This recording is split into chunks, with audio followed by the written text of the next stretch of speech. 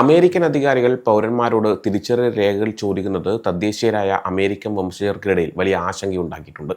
Department of Homeland Security secretary Kristi Noem പറഞ്ഞതനുസരിച്ച് Immigration and Customs Enforcement ഏജന്റുമാർക്ക് ഓപ്പറേഷനുകൾക്കിടയിൽ പ്രത്യേകിച്ചും ചില പ്രദേശങ്ങളിൽ വെച്ച് ആളുകളോട് അവരുടെ തിരിച്ചറിയൽ രേഖകളോ പൗരത്വം തെളിയിക്കുന്ന രേഖകളോ ചോദിക്കാൻ അധികാരമുണ്ട്. ഐസിയുടെ പ്രവർത്തനങ്ങൾ നടക്കുന്ന സ്ഥലങ്ങളിൽ പ്രതിഷേധങ്ങളിൽ പങ്കെടുത്തവരുൾപ്പെടെ ചില അമേരിക്കക്കാരോട് തിരിച്ചറിയൽ രേഖകൾ ചോദിച്ചതായി ആരോപണങ്ങൾ ഉയർന്നതിനെ തുടർന്നാണ് നോമിന്റെ ഈ പ്രസ്താവന വന്നത്. നോമിന്റെ വിശദീകരണത്തിൽ ഇത് ടാർഗറ്റഡ് എൻഫോഴ്സ്മെന്റ് എന്നതിന്റെ ഭാഗമാണെന്ന് പറയുന്നു. ഇതിൽ പോലീസ് ആരുടെയും തിരിച്ചറിയൽ വിവരങ്ങളും ഉദ്ദേശങ്ങളും ചോദിച്ചറിയും. നിയമം ലംഘിക്കുന്നവരെ തിരിച്ചറിയൽ രേഖകൾ പൂർത്തിയാക്കുന്നതിനിടയിൽ അറസ്റ്റ് ചെയ്യാനും സാധ്യതയുണ്ട്. മിനിസോട്ട പോലുള്ള സംസ്ഥാനങ്ങളിൽ ഐസിയുടെ നിർബന്ധിത നടപടികൾക്കെതിരെ വ്യാപകമായ പ്രതിഷേധങ്ങൾ നടക്കുന്നതിനിടയിലാണ് ഈ പ്രസ്താവനകൾ പുറത്തുവരുന്നത്. ഐസി ഏജന്റിന്റെ വെടിയേറ്റ് അമേരിക്കൻ പൗരയായ റെനി നിക്കോൾ ഗുഡ് കൊല്ലപ്പെട്ട സംഭവം ഈ പ്രതിഷേധങ്ങൾക്ക് ആക്കം കൂട്ടിയിരുന്നു. പൗരന്മാർക്ക് തിരിച്ചറിയൽ രേഖകൾ കൈവശം വെക്കേണ്ട നിയമപരമായ ബാധ്യതയില്ലെന്നും അവ ആവശ്യപ്പെടുന്നത് ഭരണഘടനാപരമായ അവകാശങ്ങളുടെ ലംഘനമാണെന്നും വിമർശകർ വാദിക്കുന്നുണ്ട്. യാതൊരു കാരണവുമില്ലാതെ ആളുകളെ തടയുകയും അറസ്റ്റ് ചെയ്യുകയും ചെയ്യുന്നത് ഭരണഘടനാ വിരുദ്ധമാണെന്ന് അവർ ചൂണ്ടിക്കാണിക്കുന്നു. അമേരിക്കൻ പൗരത്വം തെളിയിക്കുന്ന രേഖകൾ തയ്യാറാക്കി വെക്കാൻ ഡിപ്പാർട്ട്മെന്റ് ഓഫ് ഹോംലാൻഡ് സെക്യൂരിറ്റി നിർദ്ദേശിച്ചുവെന്ന മാധ്യമ വാർത്തകൾക്ക് മറുപടിയായി DHS അവരുടെ എക്സ് പേജിൽ വിശദീകരണം നൽകിയിട്ടുണ്ട്. ഒരാളുടെ കുടിയേറ്റ നിലയാണ് അവരെ എൻഫോഴ്സ്മെന്റ് നടപടികൾക്ക് ലക്ഷ്യമാക്കുന്നത്, അല്ലാതെ അവരുടെ നിറമോ വംശീയതയോ അല്ല. നിയമപാലകർ അറസ്റ്റ് ചെയ്യുന്നത് ന്യായമായ സംശയത്തിന്റെ പേരിലാണ്. ഇത് US ഭരണഘടനയുടെ 4ാം ഭേദഗതി പ്രകാരം സംരക്ഷിക്കപ്പെട്ടിട്ടുള്ളതാണ്.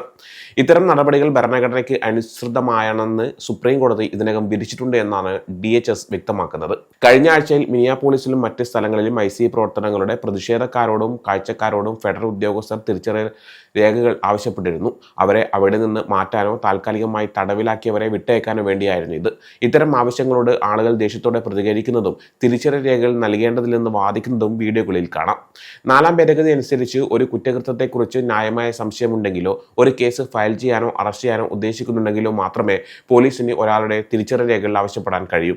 എന്നാൽ തിരിച്ചറിയൽ രേഖകൾ കാണിക്കാൻ വിസമ്മതിക്കുകയോ സാധിക്കാതെ വരികയോ ചെയ്താൽ ഒരു ഉദ്യോഗസ്ഥൻ അറസ്റ്റ് ചെയ്യാൻ സാധ്യതയുണ്ട്. ട്രംപ് ഭരണകൂടത്തിന്റെ കാലത്ത് പ്രത്യേകിച്ച് കഴിഞ്ഞ ആഴ്ചകളിൽ ഫെഡറൽ അധികാരികൾ പറഞ്ഞിരുന്നത് ചിലർ അവരുടെ ജോലിക്ക് തടസ്സമുണ്ടാക്കുന്നു എന്നാണ്. അതുകൊണ്ടാണ് ചിലപ്പോൾ തിരിച്ചറിയൽ രേഖകൾ ആവശ്യപ്പെടുന്നത്. ബോർഡർ പട്രോൾ ICE ഉദ്യോഗസ്ഥർക്ക് തടസ്സമുണ്ടാക്കിയെന്ന് ആരോപിച്ച് ചിലരെ തടവിലാക്കിയിട്ടുണ്ട്. എന്നാൽ US നിയമങ്ങൾ അനുസരിച്ച് നിയമപരമായ സ്ഥിരം താമസക്കാർ അവരുടെ ഗ്രീൻ കാർഡ് എപ്പോഴും കൈവശം വെക്കണം.